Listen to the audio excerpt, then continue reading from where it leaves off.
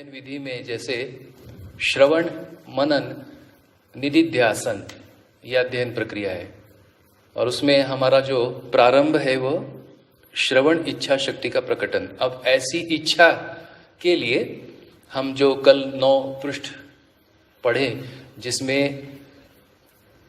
तीव्र इच्छा, लक्ष्य को समझने के लिए तीव्र इच्छा, ऐसी इच्छा शक्ति से हम श्रवण को प्रारंभ करते हैं। न्याय धर्म सत्य दृष्टि सहज अनुभव प्रमाणों को चित्रित करने का प्रयास, प्रयोग एवं प्रक्रिया, ये इससे और अधिक सुस्पष्ट होगा। तो शास्त्रों में न्याय धर्म सत्य दृष्टि सहज अनुभव प्रमाणों को जीने की विधि से, जिसे मानवीयता, देव मानवीयता और दिव्य मानवीयता, ऐसे जीने की विधि से चित्रित किया है। ऐसा हमारे में चित्रित होने का प्रयास, जो चित्रण हुआ है उसका प्रयोग और उनकी प्रक्रियाओं में हमारा होना, यह शास्त्राभ्यास है। तो प्रयास, प्रयोग और प्रक्रिया, इस दृष्टि से जो भैया जी ने पूछा था जागृत कर्म कैसे देखें, तो जगते हुए स्थिति में मेरा ध्यान निर्दिष्ट लक्ष्य की ओर होना, अध्ययन विधि में सुनने की मेरी स्थिति होना और प्रयोग, प्रयास, प्रक्रिया, इसमें हमारा ध्यान होना। अब अगला दिया है साक्षात्कार अवधारणा के लिए किया गया प्रयोग, श्रवण, प्रयास, चित्रणाभ्यास, विचाराभ्यास। तो इतनी क्रियाएं भाई और बहनों, ये हमारे में होने को पूज्य बाबा जी ने शास्त्राभ्यास के रूप में परिभाषित किया है। मैं पुनः दोहरा देता हूं, साक्षात्कार, अनुभवगामी विधि से साक्षात्कार, ये रहस्य मुक्ति अध्याय में स्पष्ट हुआ होगा कैसे हम रहस्य मुक्त होते हैं। अनुभवगामी विधि से कैसे हमारे होने का, जीवन होने का पता लगता है, कैसे हमारे में क्रियाओं का पता लगता है, कैसे हम आस्वादन पूर्वक चयन, तुलन पूर्वक विश्लेषण और आगे, इस प्रकार से साक्षात्कार अवधारणा होने के लिए किया गया प्रयोग, श्रवण, प्रयास, चित्रणाभ्यास और विचाराभ्यास। तो स्वाभाविक है कर्म दर्शन में मानवीय कर्मों का हमें साक्षात्कार होना, मानवीय कर्मों की हमारे में अवधारणा होना और मानवीय कर्मों का प्रयोग, श्रवण, प्रयास, चित्रणाभ्यास और विचाराभ्यास, ये हमारे में होना, ये कर्म दर्शन का उद्देश्य हमें स्पष्ट होता है। इस रूप में हम अब आगे बढ़ते हैं। तब शास्त्र और शास्त्राभ्यास, इस प्रेरणा के साथ हम आगे बढ़ते हैं। तो आज मैं थोड़ा सा प्रयास करूंगा कि ये जो कर्म दर्शन में कंटेंट हमारे में कैसे बनेगा। तो जैसा कल विश्लेषण हुआ कि कर्म 9 प्रकार से, कायिक, वाचिक, मानसिक, कृत, कारित, अनुमोदित, जागृत, स्वप्न और सुषुप्ति। तो पहले भैया का प्रश्न का कुछ प्रयास करता हूं उत्तर देने का, और आगे हम कुछ उदाहरण सहित इन कर्मों को मैं थोड़ा सा रखने का प्रयास करता हूं, जिससे आगे आने वाले पृष्ठों में जो स्पष्टीकरण, अनुभूतियां हैं, उस ओर हमारा, उसके कंटेंट की ओर हमारा ध्यान चला जाए। तो भैया, जागृत कर्म में साधारण रूप में मुझे ये स्पष्ट होता है कि जैसे हम जगते रहते हैं, अब सामान्य रूप में हमारा जगना यानी नींद पूरी होकर के हम जगते हैं। जगते ही हमारे को आता है कि भाई हम कनेक्ट हो रहे हैं कि नहीं। अब किससे कनेक्ट हो रहे हैं, इस ओर हमारा ध्यान होना, तो स्पष्ट होता है कि कुछ तो विचार चक्र चलता है। अब इस विचार चक्र की श्रृंखला जहां तक हमने रात में नींद हुआ था वहां से लेकर के साधारण रूप में आगे बढ़ता है। तो इस तरह से एक विचार श्रृंखला में हम हैं। अब ऐसी विचार श्रृंखला में हमें ध्यान देना है कि आज का मेरा कार्यक्रम क्या है। अर्थात जो लक्ष्य मैं पाना चाहता हूं उस लक्ष्य के साथ मेरा दिन भर का सुबह से लेकर रात तक का कार्यक्रम क्या है। तो मेरा हर पल हर क्षण कैसे बीतेगा और कैसे मैं ये शास्त्राभ्यास में जो प्रयोग प्रयास जिसमें विचाराभ्यास चित्रणाभ्यास ये शामिल होने के लिए मेरी समझ लिए मैंने मेरे समय का नियोजन क्या है उसको सामान्य रूप में बाबा जी ने दिनचर्या कहा है। तो हमारी दिनचर्या पर ध्यान होना, इसे हम कह सकते हैं कि ये जागृत कर्म का कंटेंट है। तो उसमें एक भाग दिखता है स्वाध्याय, यानी स्वाध्याय का समय होना। परिवार में हम रहते हैं तो परिवार में संबंधियों के समाधान समृद्धि के अर्थ में मेरी पूरकता और उपयोगिता के लिए हमारा पास समय होना। परिवार के साथ मेरी सामाजिकता भी है, गली मोहल्ले गांव जहां भी रह रहा हूं वहां पर लक्ष्य की अर्थ में मेरी क्या उपयोगिता और पूरकता हो सकती है, उस रूप में मेरी सामाजिकता के लिए तैयारी। और पुनः एक बार जैसे जैसे दिन बीतता है वैसे वैसे सायंकाल आती है तो पुनः एक बार पूरे दिन भर के हमारा जो मुझे मिला, तो ध्यान यही जाता है जागृत कर्म में। अभी अध्ययनशील होने के अर्थ में समझने के क्रम में होते हुए मेरी समझ में आज क्या वृद्धि हुई, यही मेरा जागृत कर्म के रूप में मैं देख सकता हूं। तो जैसा जागृत कर्म में सघनता है वैसे ही स्वप्न में हमें दिखता है। तो सपने आते हैं, सपने आने का जो बाबा जी ने कहा है उन सपनों की तरफ जरा ध्यान देते हैं। जो व्यवहार में नहीं आता वो स्वप्न है, यानी सच और झूठ, इसका पता भी हमें सपनों की स्थिति में भी जागरूक रहने से मिलता है। तो सामान्य रूप में जागरूक रहते हुए जहां पर मेरा मन केंद्रित रहता है उसी से संबंधित कुछ सपने आना एक ठीक स्थिति है।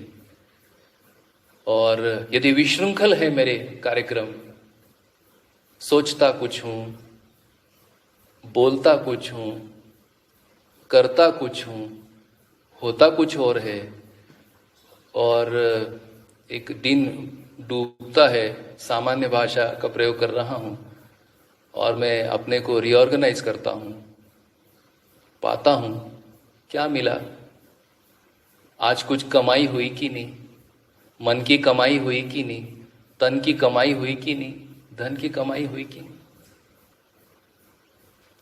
तो ये जो कमाई का भाव रूप समझने का मैं आपसे विनय करूंगा कि इसका प्रयास कीजिए। खर्च होता है दिन में, लेकिन उसके जो निष्कर्ष निकलते हैं वही भाव रूप में कमाई है। और यदि ऐसी कमाई नहीं है तो स्वाभाविक है क्षोभ पैदा होता है। जितने में हम श्रम करते हैं उसके अनुपात में यदि हमें उसके परिणाम नहीं है तो ऐसी स्थिति में मानसिक क्षोभ उत्पन्न होता है। और ऐसा मानसिक क्षोभ फिर निद्रा में जो सपने आते हैं तरह तरह के, पता नहीं ये सब में तो मैं नहीं पढ़ना चाहता हूं, पर मुझे उसमें कुछ रहस्य समझ में नहीं आया। यह एक स्वाभाविक क्रिया है। क्या स्वाभाविक क्रिया है कि गहरी नींद में जाने से पहले जीवन में जो कुछ चित्रित होता है ऐसे कुछ चित्रण आते हैं और धीरे से समझ में आता है कि हम गहरी निद्रा में चले गए। तो ये जो गहरी निद्रा है उसी को सुषुप्ति कहा। तो ऐसी एक सुंदर परिभाषा बाबा जी ने किया है। ये क्या चीज है? तो नींद क्या चीज है? तो जीवन शरीर पर अनुग्रह करता है, यह स्थिति है। देखिए भैया, सोच करके तब क्या स्थिति हुआ कि धीरे धीरे इंद्रियां शिथिल होना और आंशिक रूप में क्रियाशील होना, इसी को गहरी निद्रा कहते हैं। जो मुझको लगता है शरीर साधन रूप में होने के कारण जितना हमने इंद्रियों से काम लिया है, ऐसे इंद्रियों को एक विश्राम की स्थिति उपलब्ध होने की एक प्राकृतिक शक्ति जीवन में होने से एक इच्छा होना कि एक अच्छी नींद हो जाए, और यही गहरी नींद है। इसका मतलब जीवन नहीं सोता, शरीर की इंद्रियां शिथिल होती हैं और हम जानबूझ करके उसको शिथिल करते हैं। यही हमारा नींद पर कंट्रोल के रूप में समझ में आता है। तब मैं अवेयर हूं, निद्रा के बारे में मैं अवेयर हूं, सपनों के बारे में अवेयर हूं, और मैं जागरूक स्थिति में भी अवेयर हूं। इस तरह से मुझे पता है, मुझे जानकारी है कि मेरे साथ क्या हो रहा है और ये लक्ष्य क्या है, मुझे कहाँ जाना है, मेरा गंतव्य क्या है, मैं इस समय क्या क्रिया कर रहा हूं, शरीर के दबाव में हूं कि मन के संकेतों द्वारा शरीर को संचालन कर रहा हूं। इस तरह से संवेदनाओं पर नियंत्रण का स्वरूप, इस रूप में जागृत, स्वप्न और सुषुप्ति रूप में जो कर्म हैं, इस रूप में भैया समझ में आते हैं। मैं आशा करता हूं मेरा उत्तर आप सुन रहे होंगे और आपको ये उत्तर कुछ हद तक संतुष्टिदायक लगा होगा। धन्यवाद। तो हम आगे बढ़ते हैं कि ये कायिक, वाचिक और मानसिक कर्मों की समझ हमें होना, यह कर्म दर्शन का उद्देश्य समझ में आता है। इसके कंटेंट दो भाग में दिखते हैं, एक है अनुसंधान और दूसरा है आविष्कार। अनुसंधान क्या है? तो यह पता लगाया बाबा जी ने कि 3 पूर्णताएं अस्तित्व में देखने को मिली, गठन पूर्णता, क्रिया पूर्णता और आचरण पूर्णता। आविष्कार क्या है इसमें? तो आविष्कार यह समझ में आया कि कैसे आदमी जागरूक हो सकता है, कैसे मानव की दर्शन क्षमता विकसित हो सकती है, उसके लिए कौन सी शिक्षा है। तो ऐसी शिक्षा का नाम दिया चेतना विकास मूल्य शिक्षा। तो मैं थोड़ा सा ध्यान भी अपने लिए देना चाहता हूं, बाकी सबका ध्यान हो जाए तो बढ़िया। तो चेतना विकास मूल्य शिक्षा, ये मुझे लगा अभिभावकों के लिए पहले है। जब भी शिक्षा की बात आती है, चित्रण में बच्चे आते हैं। यहां मुझको ऐसा दिख रहा है कि हमारे चित्रण में हम अभिभावक, हम माता पिता, हम बड़े लोग ही आए। मैं तो ऐसा ही प्रयास कर रहा हूं भैया। तो आविष्कार, पद्धति, प्रणाली और नीति, जो कि शिक्षा और व्यवस्था के स्वरूप में यह आविष्कार है, एक रास्ता है, जागृति विधि है, जागृति पथ है। ऐसा पथ तैयार हो गया जिसको जागृत मानव परंपरा कहा। ऐसे जागृत मानव परंपरा की क्या पद्धति है, क्या प्रणाली है, क्या नीति है, जिसका कि अनुकरण और अनुसरण किया जा सकता है। इसी अर्थ में यह अनुसंधान आविष्कार के रूप में भी प्रस्तुत हुआ है। और ऐसा अनुसंधान और आविष्कार का कंटेंट, ऐसा हम इंग्लिश में कह सकते हैं, सामान्य हिंदी जितना मुझे पता है, ऐसा आशय है और इस आशय का पथ है। इसके कुछ अंतर संबंध हैं। ऐसे अंतर संबंध मेरी दृष्टि में आए, ऐसा ये दृश्य है। और चलने के लिए, इस रास्ते पर चलने के लिए मेरा मन तैयार हो, उस रूप में यह कंटेंट हमारी कल्पना में आए और हमारे में जो शुभ कल्पना है उस शुभ कल्पना को ये तृप्तिदायक होता है, ऐसा अभी तक का ऑब्जर्वेशन है। तो मेरी कल्पनाशीलता और कर्म स्वतंत्रता इस आधार पर अभ्यास कुछ हमारे बन जाएं और ऐसे अभ्यास से हम जागृति को पा पाएं। यह कंटेंट एक उदाहरण के लिए मैं आपको वाचिक कर्म, जिसे हम सामान्य रूप में वाचा यानी भाषा से जो संप्रेषणा है उस संप्रेषणा का एक छोटा सा कंटेंट मैं आपको यहां पर प्रस्तुत करता हूं। मैं पुनः संदर्भ में ले रहा हूं मानवीय संविधान सूत्र व्याख्या। उस सूत्र व्याख्या में वाद विचार पृष्ठ 79 पर है। वाद विचार, मैं इसको पूरा पढ़ के सुनाता हूं, आपको अपने आप ये स्पष्ट होने लगेगा। तो मेरा पुनः यही है निवेदन है कि हर मुद्दा, हर स्पष्टीकरण, आविष्कार का हर अनुकरण, अनुसरण, पद्धति, प्रणाली, नीति, सब कुछ इन 13-14 वाङ्मयों में बारीकियों के साथ बाबा जी ने यहां पर विश्लेषित किया है। जैसा जैसा हमारा पठन में मन लगेगा, जैसे जैसे हमारी श्रवण की इच्छा होगी, वैसे वैसे ये कंटेंट हमको जीने के आधार पर हमारे में तैयार होने लगेगा। देखिए अब वाद विचार। वाद, संवाद, आख्यान, व्याख्यान, भाषण, चर्चाएं, भाव अर्थात मूल्य सहज प्रयोजन, तर्क संगत विधि से समाधान मानसिकता का अध्ययन, अभिव्यक्ति है।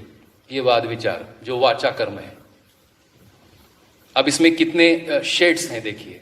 चर्चा, हम चर्चा करते हैं सामान्य रूप में, वाचा से चर्चा होती है ना, ऐसा ही है। चिंतन पूर्वक प्रयोजनों का स्पष्ट होना। अब यहां चिंतन अस्तित्व मूलक, जिसके मूल में अस्तित्व है, मानव केंद्रित, जिसके केंद्र में मानव है, ऐसे चिंतन पूर्वक प्रयोजनों को स्पष्ट होना, यानी प्रयोजन, 4 प्रयोजन, समाधान, समृद्धि, अभय, सह अस्तित्व, यह प्रयोजन है। भाषण है ना, भाषणों का भी हमको एक छोटा मोटा आइडिया है। देखिए क्या है भाषण। मौलिकता, मूल्य, प्रयोजन सहज रूप में संप्रेषित होना, भाषण। व्याख्या, व्यवहार व व्यवस्था में प्रमाणित होने के अर्थ में स्पष्ट होना। व्यवस्था, परिवार मूलक ग्राम स्वराज्य व्यवस्था। व्यवहार, मानव को जोड़ने के लिए जो श्रम है वो व्यवहार। आज हम व्यवहार की भी कुछ परिभाषाएं लेंगे। आदान प्रदान व्यवहार है, तो ऐसा व्यवहार व व्यवस्था में प्रमाणित होने के अर्थ में स्पष्ट होना। व्याख्या जो वाचिक कर्म है। आख्यान, आवश्यकता, अनिवार्यता स्पष्ट होना। कल जैसे आवश्यकता पर हमने बात किया, धीरे धीरे हमारे में स्पष्ट होता है कि आज जो आवश्यकता है वह एंड ऑफ द डे यह मेरी अनिवार्यता बनती है। और ऐसे आवश्यकता और अनिवार्यता का स्पष्ट होना उसे कहते हैं आख्यान, जिसको परंपरा में कीर्तन के रूप में भी कहा गया है। संवाद, पूर्णता अर्थात गठन पूर्णता, क्रिया पूर्णता, आचरण पूर्णता के अर्थ में है एवं तर्क विधि से समाधान सुलभ होता है। वाद, वास्तविकता पूर्वक समाधान सहज निष्कर्ष पूर्ण अध्ययन सुलभ रूप में प्रस्तुत करना वाद है। कल हमने सह अस्तित्ववाद ये भी पढ़ा। विचार, प्रयोजन के अर्थ में विवेचना,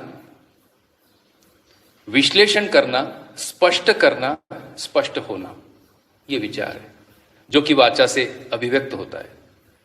मानव लक्ष्य को प्रमाणित करना ही जागृत मानव परंपरा में विचार प्रयोजन है।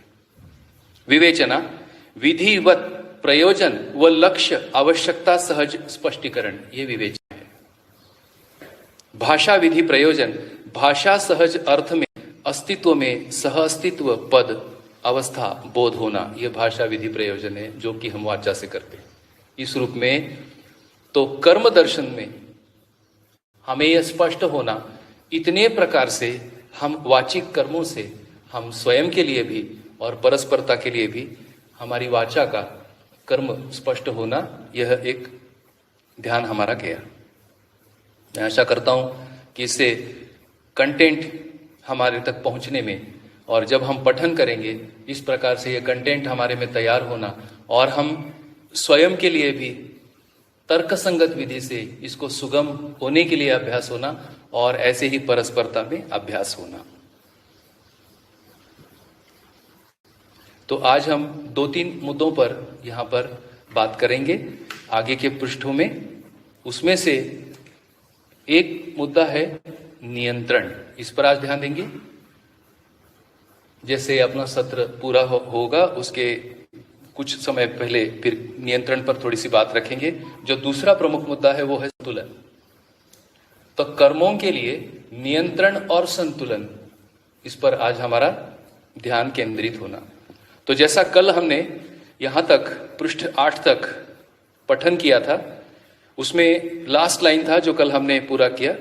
प्रत्येक व्यक्ति में अनुभव का आधार सह अस्तित्व रूपी परम सत्य है जो समग्र है। तो हमने समग्र की परिभाषा भी कल सुनी।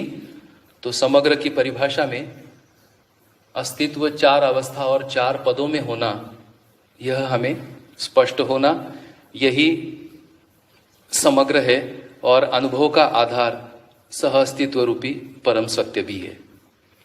अब आगे मैं पढ़ता हूं, कुछ सरल है और स्वयं स्पष्ट होगा। मैंने कुछ उदाहरण भी निकाल के रखे हैं, तो उन उदाहरणों से भी हम स्पष्ट होने का प्रयास करेंगे। आगे है प्राकृतिक एवं मानव संतुलन एवं असंतुलन का प्रधान कारण मानव ही है। भ्रमित अवस्था में मानव कर्म करते समय स्वतंत्र एवं फल भोगते समय परतंत्र है। जागृत मानव कर्म करते समय तथा फल भोगते समय स्वतंत्र है। जागृत अवस्था में समझकर करने वाली परंपरा रहेगी तथा भ्रमित अवस्था में करके समझने वाली परंपरा रहेगी। प्राकृतिक वैभव का विशेषकर मानव ही उपयोग करता है, जो स्पष्ट है। तो भाई और बहनों, यहां पर संतुलन को स्पष्ट होने को छोटी छोटी शुरुआत करते हैं। तो इसकी जो वस्तु है संतुलन की, वो है संबंध। मानव और प्रकृति में जो संबंध है, प्रकृति के साथ जो हमारा पूरकता और उपयोगिता सजना है, मानव के साथ जो पूरकता उपयोगिता सजनी है, यह संतुलन के रूप में दिखता है। और आज किस तरह से असंतुलन है, यह अलग से अब विश्लेषित करने की आवश्यकता नहीं। ऐसे स्थिति में जागृत मानव कर्म करते समय तथा फल भोगते समय स्वतंत्र है। ऐसा क्यों?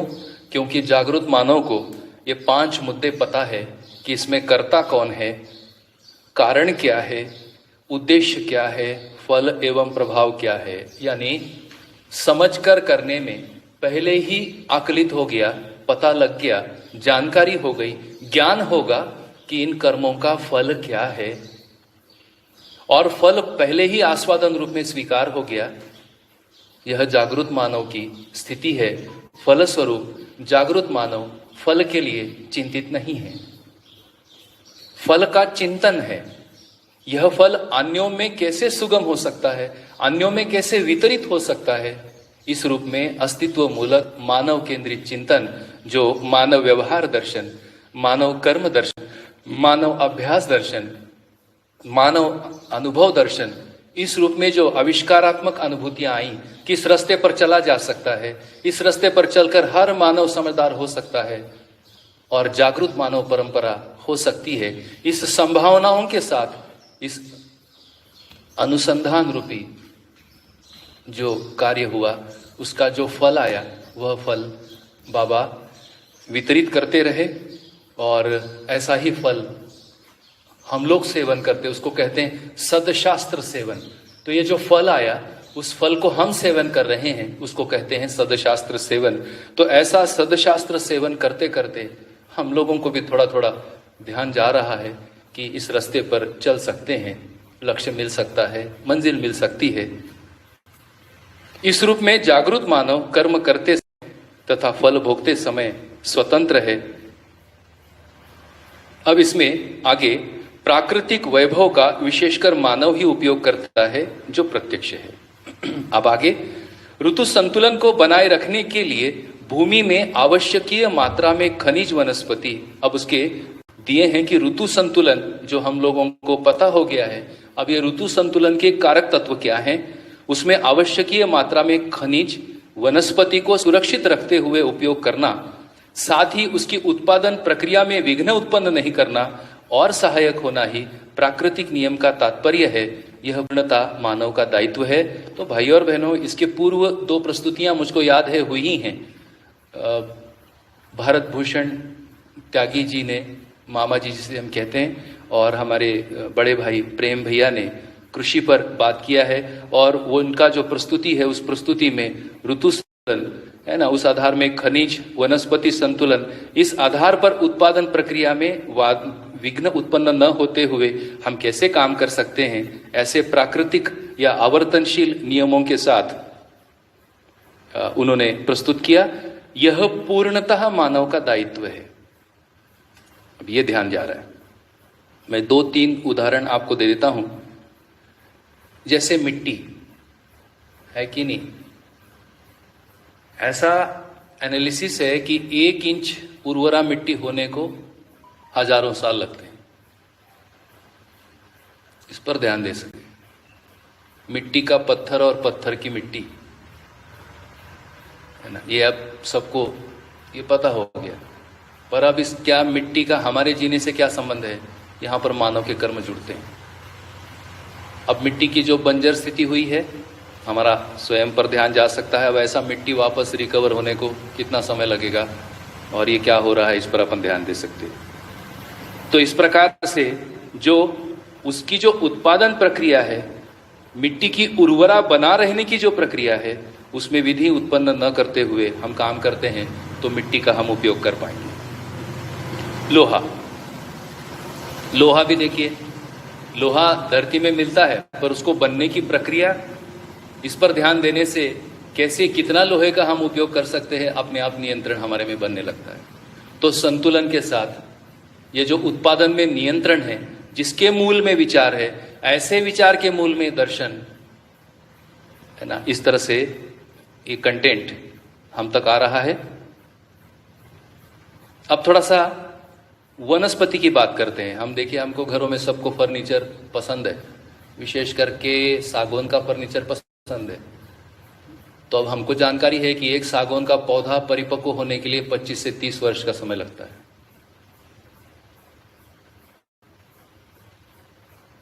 है कि नहीं? तो अब ये उसकी उत्पादन प्रक्रिया है। इस प्रकार से जितनी भी वनस्पतियां हैं जिसका हम प्रयोग करते हैं, हर एक का एक क्रिया का अवधि है, जिसको हम काल के रूप में गणना करते हैं। अब ये हमारी शिक्षा की वस्तु बन सकती है तब जब उपयोग पर ध्यान जाता है। जैसे पानी है, धरती में पानी है, ये सब मुद्दों का हम उपयोग करते हैं, तो उसकी जो उत्पादन प्रक्रिया है, प्राकृतिक रूप से उसकी क्रिया की अवधि हमें पता, आकलित होना, और उस आधार पर हमारे उत्पादन में नियंत्रण आना, ये हम पहचान सकते हैं। जलाने के लिए उदाहरण, जैसे कुछ लोग लकड़ी भी जलाते हैं, तो बमूर एक ऐसा पौधा है जिसको प्रूनिंग की जरूरत है। हर साल काटते हैं, फिर खड़ा हो जाता है। तो इस प्रकार से प्रकृति में ध्यान देते हैं, वनस्पतियों पे ध्यान देते हैं। ऐसी वनस्पतियां भी हैं जो जल्दी आती हैं, हमारे उपयोग में आती हैं। ऐसी वनस्पतियां हैं जो दीर्घावधि चलती हैं। जो दीर्घावधि चलती हैं वही मौलिक हैं, उसी से प्राकृतिक संतुलन बना रहता है ना। ऐसा अब हम लोगों का छोटा छोटा ध्यान गया है। प्रत्यक्ष रूप में देखने को मिले तो सौभाग्य, अन्यथा फोटो देख करके संतुष्टि है। कितना संतुष्ट होंगे अपन खुद पता कर सकते हैं। तब लाइन दिया है, यह पूर्णतः मानव का दायित्व है।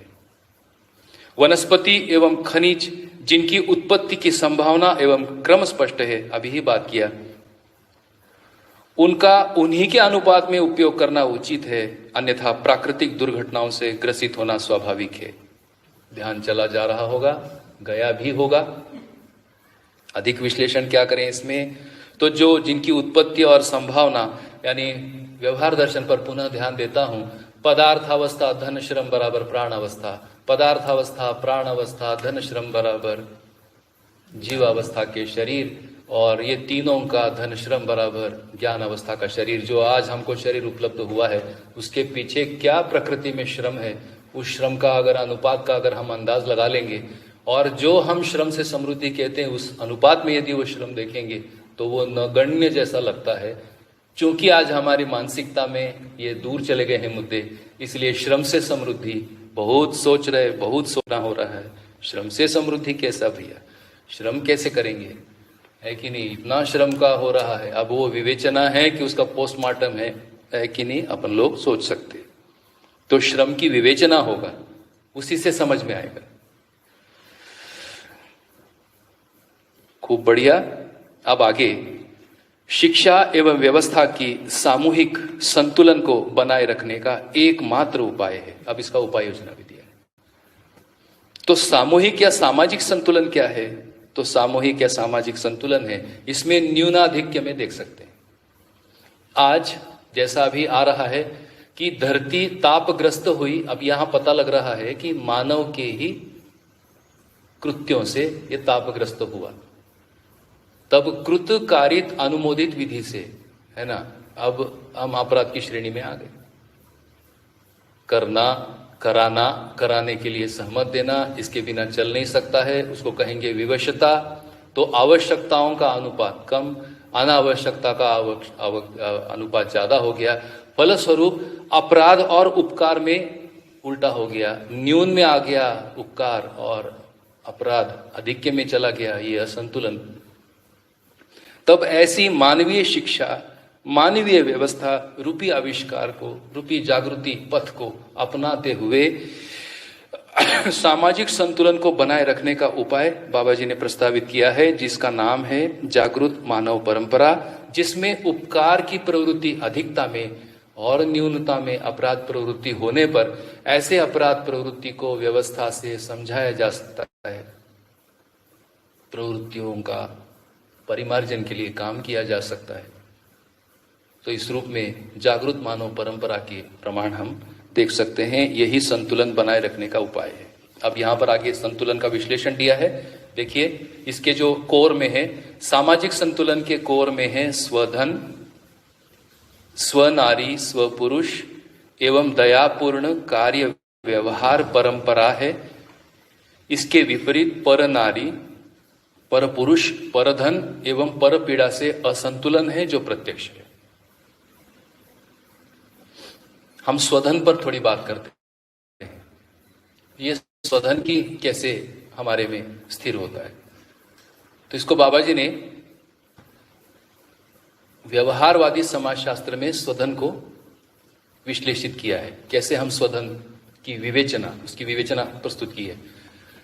तब यह आया कि मानव का आहार निश्चित होना, शरीर की रचना से हमारा आहार का निश्चयन होता है। तो मानव शरीर की रचना से मानव के लिए शाकाहार, अब ऐसे शाकाहार के लिए श्रम अनिवार्य। अब ये उसका बेसिक है। तो मानव शरीर शाकाहारी है, इसलिए हम मानव शाकाहार को चुनने से हमारा आचरण निश्चित होने का पहला सीढ़ी मिल जाता है। अब ऐसा शाकाहार के लिए श्रम अनिवार्य है, श्रम के बिना ये शाकाहार या ये हमारे में पैदा नहीं होता। तब ऐसा श्रम का प्रतिफल होना ये स्वधन में है। इस रूप में स्वधन की विवेचना स्पष्ट होने से सामाजिक संतुलन का प्रारंभ है। ऐसे ही स्वनारी, स्वपुरुष एवं दयापूर्ण व्यवहार कार्य परंपरा है। इस रूप में सामाजिक संतुलन का यहां हमें स्पष्टीकरण है। तो हमारे कर्म अब यहां शुरू हुआ। प्राकृतिक नियम, संतुलन है ना, मानव और प्रकृति में संतुलन होना। सामाजिक संतुलन, अब आएंगे हम विचार संतुलन। तो व्यक्ति के विचार संतुलन के मूल में आवश्यकीय एवं अनावश्यकीय मूल प्रवृत्तियों की सक्रियता पाई जाती है। मानव के आवश्यकीय मूल प्रवृत्ति के मूल में संस्कार, समझदारी ही रहता है। अनावश्यकता के मूल में भ्रम, विवशताएं दृष्टव्य है, अभी जैसे पता किया। तो विचार संतुलन कैसे, बौद्धिक संतुलन कैसे, तो साधारण से बाबा जी ने तर्क प्रस्तुत किए कि क्या हम इतना पहचान सकते हैं कि हमारे में कोई प्रवृत्तियां हैं।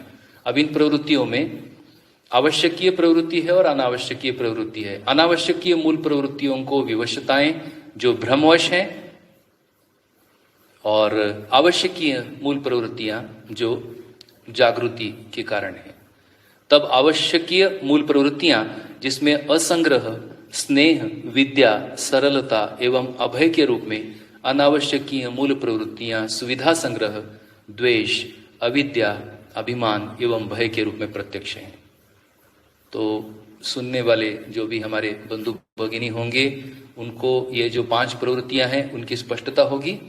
फिर भी मैं छोटा छोटा उसमें कुछ स्पष्टीकरण देकर ये पहुंचाने का प्रयास कर रहा हूं। असंग्रह, समृद्धि अर्थात उत्पादन कर्म, स्नेह अर्थात हमारा जो व्यवहार है, जिम्मेदारी भरा व्यवहार,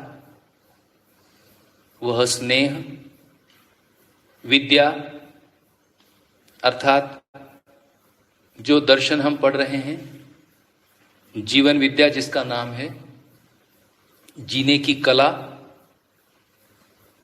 सरलता, सरलता का स्पष्ट है कि आडंबरहीन प्रस्तुति एवं अभय,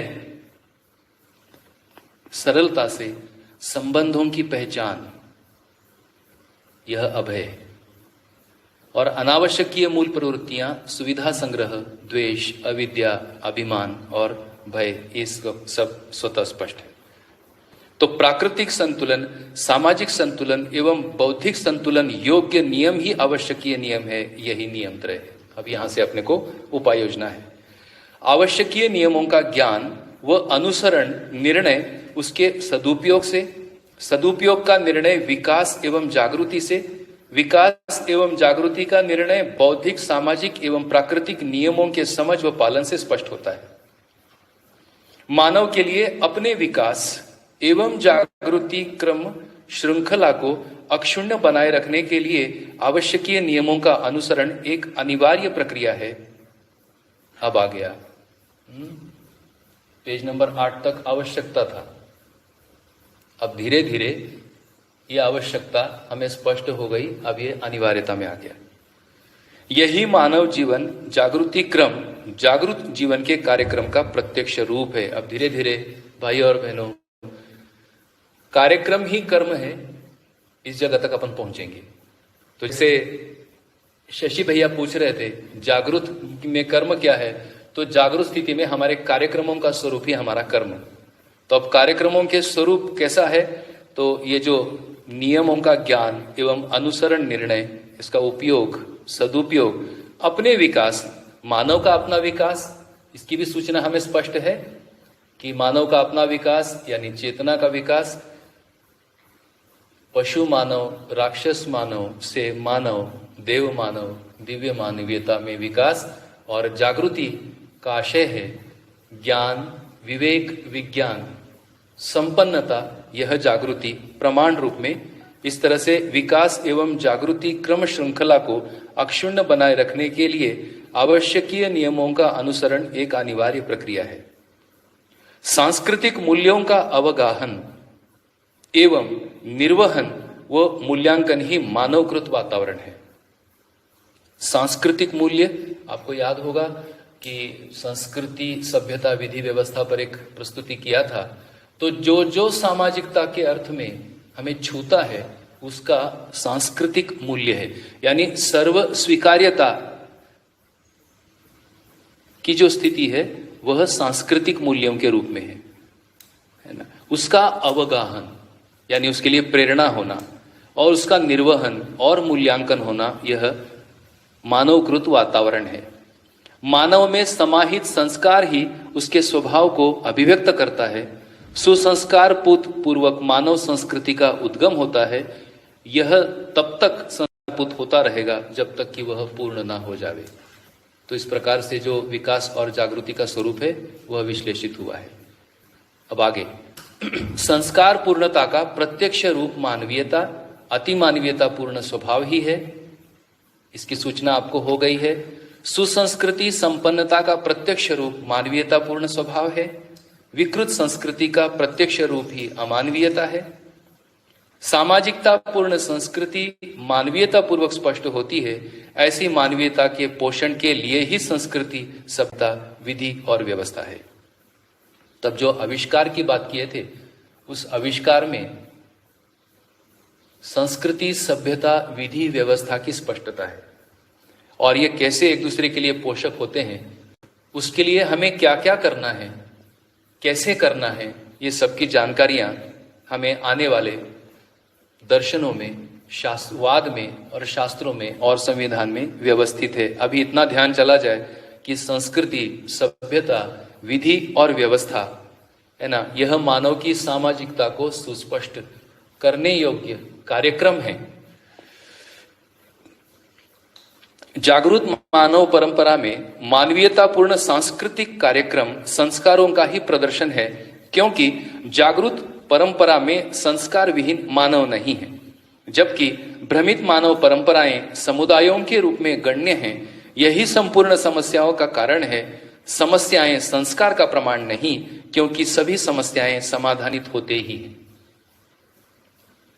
चित्रण व विचार ही क्रमशः कला एवं उपादेयता को प्रकट करता है। संदर्भ है संस्कृति, सभ्यता, विधि, व्यवस्था को संप्रेषित कर पाने के लिए चित्रण एवं विचार ये कला और उपादेयता को स्पष्ट करता है। विचार सुसंस्कार से संबंध रहना ही जागृति है, यह एक महत्वपूर्ण सूत्र है। तो हमारा विचार सुसंस्कार से संबद्ध रहने से ही जागृति है, यह स्पष्ट होता है। मानवीयतापूर्ण संस्कार ही सार्वभौम संस्कृति का द्योतक है। इससे निम्न अर्थात अमानवीय प्रवृत्तियों का सार्वभौम होना संभव ही नहीं है। सामाजिक नियमों के पालन से ही स्वस्थ सार्वभौम संस्कृति और सभ्यता का उदय होता है। फलतः समाज की अखंडता, उसकी अक्षुण्णता सिद्ध होती है। मानव ही ऐसी इकाई है जो केवल अपनी ही सुख सुविधा से संतृप्त नहीं है, अपितु समझदारी पूर्ण व्यवहार एवं व्यवस्था से संतृप्त होता है, यह अपन जान सकते हैं। इसलिए प्रत्येक व्यक्ति प्राप्त सुविधा की सुरक्षा एवं सदुपयोग चाहता है, जो अनिवार्य है। इस प्रकार मानव सामाजिक व न्यायिक इकाई सिद्ध हुआ है या सिद्ध होने के लिए बाध्य है। तो इस प्रकार तो मानव का सामाजिक और न्यायिक इकाई होना है ना, इतने मुद्दों से, जिसमें प्रधान रूप में संस्कार, उसके मूल में विचार, मूल में दर्शन, समझ, स्पष्टता और हमारा विकास और जागृति से संस्कृति, सभ्यता, विधि, व्यवस्था का स्वरूप अपने में चित्रित होना और ऐसे स्वरूप में जीने की प्रेरणा होना, तमन्ना होना, इस रूप में हम न्यायिक और सामाजिक इकाई हैं, यह सिद्ध होना प्रारंभ होता है। उसी को और जैसे जैसे अपने में ये सिद्ध होना, अपने में ये सुस्पष्ट होना और उस तरह से हमारे कार्यक्रमों में ताकत आना, हमारे कार्यक्रमों में सार्थकता आना, यह शुभारंभ है, यही शुभ कामनाओं का प्रकटन है, ऐसा हम अपने को स्वीकार कर सकते हैं। सामाजिकता बौद्धिकता एवं भौतिकता का स्वरूप है। तब आप आगे स्पष्ट किया क्या चीज है सामाजिकता। अब बौद्धिकता हमें स्पष्ट है। बौद्धिकता का अर्थ है समाधान, भौतिकता का अर्थ है समृद्धि। इस तरह से समाधान समृद्धि पूर्वक, समाधान का अर्थ है अस्तित्व की समझ होना, अस्तित्व में इकाइयां रूप गुण स्वभाव धर्म सहित है, यह इकाइयां सत्ता में संपृक्त हैं, ओतप्रोत हैं। इस प्रकार से हर मुद्दे का समाधान होना और वह समाधान हमारे जीने में आना, अभिव्यक्ति में आना, समाधान समृद्धि हमारे अभिव्यक्ति में आने को हम कहेंगे सामाजिकता। अब सामाजिकता में मानव मूल्य में थोड़ा सा यहां पर ध्यान दिलाना चाहूंगा। कैसे सामाजिकता को समझते हैं, तो मानव होने के नाते मानव मूल्यों को पहचानते हैं। धीरता, वीरता, उदारता, दया, कृपा और करुणा। उसमें से मैं वीरता की परिभाषा सामाजिकता के संबंध स्पष्टीकरण के लिए रखने का प्रयास कर रहा हूं। देखिए, वीरता है दूसरों को न्याय उपलब्ध कराने के लिए मेरी बौद्धिक और भौतिक शक्तियों का नियोजन। ध्यान गया होगा। तो अब व्यवहारिक धरातल पर बात करते हैं कि मैं अध्ययन करना चाहता हूं, मैं समझदार बनना चाहता हूं, तो अब मेरा अध्ययन, मेरी समझदारी, प्रौढ़ों की बात कर रहा हूं, इसकी जिम्मेदारी किसकी होगी? है ना, ये मेरी ही होगी। तब ऐसी जिम्मेदारी का वहन का मतलब है मुझको समाधान समृद्धि यानी श्रम से समृद्धि, समझदारी से समाधानी सूत्र तक आना होगा। और मेरी सामाजिकता, यही मेरी सामाजिकता की शुरुआत है। और ऐसी सामाजिकता की शुरुआत में जो वीरता रूपी मूल्य है, दूसरों को यानी स्वयं की ही बौद्धिक और भौतिक शक्ति का हम नियोजन करते हैं, तब अन्यों में ये न्याय पहुंच पाने की संभावना है। इस प्रकार से एक छोटा सा अव्यवस्था का एक उदाहरण है कि अध्ययन स्पॉन्सर्ड नहीं होते, है कि नहीं? तन मन धन लगता है, यही अपनी सामाजिकता है। इस तरह से धीरता, वीरता, उदारता, दया, कृपा, करुणा, ये मानव मूल्यों के साथ मानव का सामाजिक होना स्पष्ट होता है। तो बौद्धिक क्षमता के नियंत्रण में भौतिकता है, क्योंकि विचार के अभाव में उत्पादन व व्यवहार सिद्ध नहीं होता। तो इस प्रकार से उत्पादन यह भी स्पष्ट है, व्यवहार यह भी स्पष्ट हुआ है, और उसकी बौद्धिक क्षमता के नियंत्रण में भौतिकता है, क्योंकि विचार के अभाव में उत्पादन व व्यवहार सिद्ध नहीं होता। बढ़िया, इस पर थोड़ा सा ध्यान वाली बात है। नियंत्रण इसलिए क्योंकि बौद्धिक क्षमता का मानव विकसित है और भौतिकता का वह उपयोग करना जानता है, और यह विकसित मानव अपनी आवश्यकताओं को पहचानता है, इन आवश्यकताओं का सदुपयोग को पहचानता है, उसकी प्रयोजनीयता को पहचानता है, फलस्वरूप प्राकृतिक नियमों के साथ, प्रकृति में संतुलन के साथ, है ना, इनको प्रमाणित कर पाता है। प्रिय प्रिय, हिताहित, लाभालाभ दृष्टियां भौतिक व्यवसाय तथा उसके उपयोग में प्रयुक्त हुई हैं, जो जीव चेतना पूर्वक जीते हुए मानव में है। न्यायान्याय, धर्माधर्म, सत्यासत्य दृष्टियां जागृत मानव परंपरा में व्यवहार तथा आचरण के रूप में निर्णायक सिद्ध हुई हैं।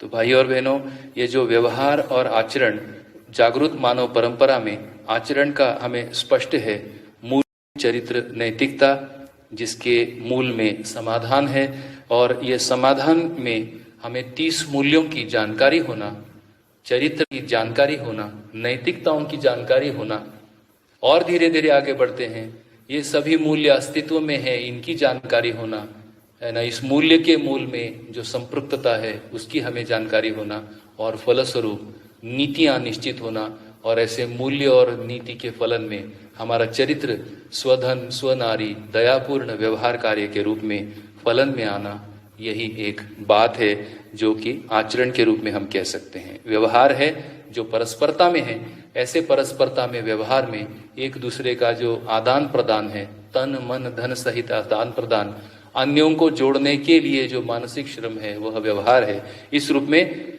आचरण और व्यवहार न्यायान्याय, धर्माधर्म, सत्यासत्य दृष्टियों से, और यह निर्णायक है, यह सिद्ध हुआ है। मानव जीव चेतना पूर्वक अनेक समस्याओं को पैदा करता है, मानव चेतना पूर्वक समाधान को प्रमाणित करता है। इस पर थोड़ी सी बात करना चाहूंगा, 2 समस्याओं पर बात करना चाहूंगा। एक है, क्या समस्या है ये? तो जानकर नहीं मानने की एक समस्या है कि नहीं? आवश्यकता और अनिवार्यता, उससे क्या है दोष? अंतर विरोध, बिना जाने मानना, उससे क्या होता है? तो उससे होता है रूढ़िवादिता। तो रूढ़िवादिता और अंतर विरोध, ये समस्याएं हैं। इसको कैसे दूर करेंगे? तो इससे दूर करते हैं समाधान से। क्या है समाधान? जानकर मानना, सूत्र दिया है बाबा जी ने, माने हुए को जान लो, जाने हुए को मान लो। तो दर्शन जाना हुआ से आ रहा है, उस दर्शन को हम स्वीकारते हैं, जांच कर स्वीकारते हैं, जाने हुए को मानना, और जो मैंने माना हुआ है उसको जानना। इस रूप में जानने से हमारा समाधान का गति है। और क्या खत्म होगा इससे? अंतर्विरोध विरोध से मुक्ति होना प्रारंभ होगा। मतलब हम समस्या पैदा करना बंद करेंगे, है कि नहीं? रूढ़िवादिता यदि टिक गई तो समुदाय चेतना से और कुछ हासिल नहीं लगता है। अंतर्विरोध यदि टिक गया तो व्यक्तिवादिता पनपता है। तो व्यक्तिवादिता और समुदायवादिता, ये दोनों मुद्दे ही हमारे में समस्या कारक हमारे में बन गया है। अब इससे होना, इसके लिए अब हमें समाधान, तो अंतर्विरोध से मुक्ति, विश्वास पूर्वक जीना, सामाजिकता में जीना, और यही है वैयक्तिक प्रयास से जीने से। वैयक्तिक प्रयास और व्यक्तिवाद अंतर है। समझने के लिए हर एक मानव को व्यक्तिगत प्रयास करना है, वैयक्तिक प्रयास है, क्योंकि समझ एक एक में स्थित होता है। बढ़िया है कि नहीं? तो अध्ययन का सूत्र है, स्वयं में अध्ययन, परस्परता में अभ्यास, है ना? देखिए जांच कर, तो अंतर्विरोध की हमारे में मुक्ति होना, समुदाय चेतना से हम मुक्त हो पाना। तब इस प्रकार से जब मैं वैयक्तिक प्रयास से समझ के लिए एड़ी चोटी लगाता हूं तो अंतर्विरोध खत्म होते हैं। और ऐसा अंतर्विरोध खत्म हुआ व्यक्ति जब सामाजिकताओं में काम करते हैं, तब स्वाभाविक ही समुदाय चेतना के भी एक निराकरण होने के रास्ता प्रशस्त होने लगता है, सुगम होने लगता है। तो भाई और बहनों, मेरा थोड़ा यहाँ ध्यान गया कि हम दर्शन की सूचना पा रहे हैं, हम प्रयास कर रहे हैं, ऐसे प्रयासों को कैसे प्रोत्साहन मिले? तो ऐसे प्रोत्साहन देने के रूप में हमें सतर्क और सजग होने की आवश्यकता है कि जो वैयक्तिक प्रयास है, सूचना मिल गई व्यक्तिवाद की, उसको व्यक्तिवाद का आरोप न चला जाए, और जो व्यक्तिवाद हो रहा है वैयक्तिक प्रयासों को नहीं पहचानने के कारण उस पर फिर वो समुदाय का उसमें आ जाए। तो इस प्रकार से एक वैयक्तिक प्रयास है, सामूहिक प्रयास है। तो ऐसे प्रयासों का यहाँ पर व्यवस्थित विश्लेषण है, जिससे थोड़ा सा ध्यान चला गया। इसलिए मानव समाधान को प्रमाणित करता है, और ऐसा समाधान कैसे हमारे से आ सकता है, इसका आविष्कार अनुसंधान पूर्वक हम सबके सामने प्रस्तुत है, और उसको उसी को हम कंटेंट के रूप में स्वीकार रहे हैं। ठीक जा रहा भैया? ठीक है? अपने सुनने वाले खुश है ना, जो सुन रहे हैं भैया?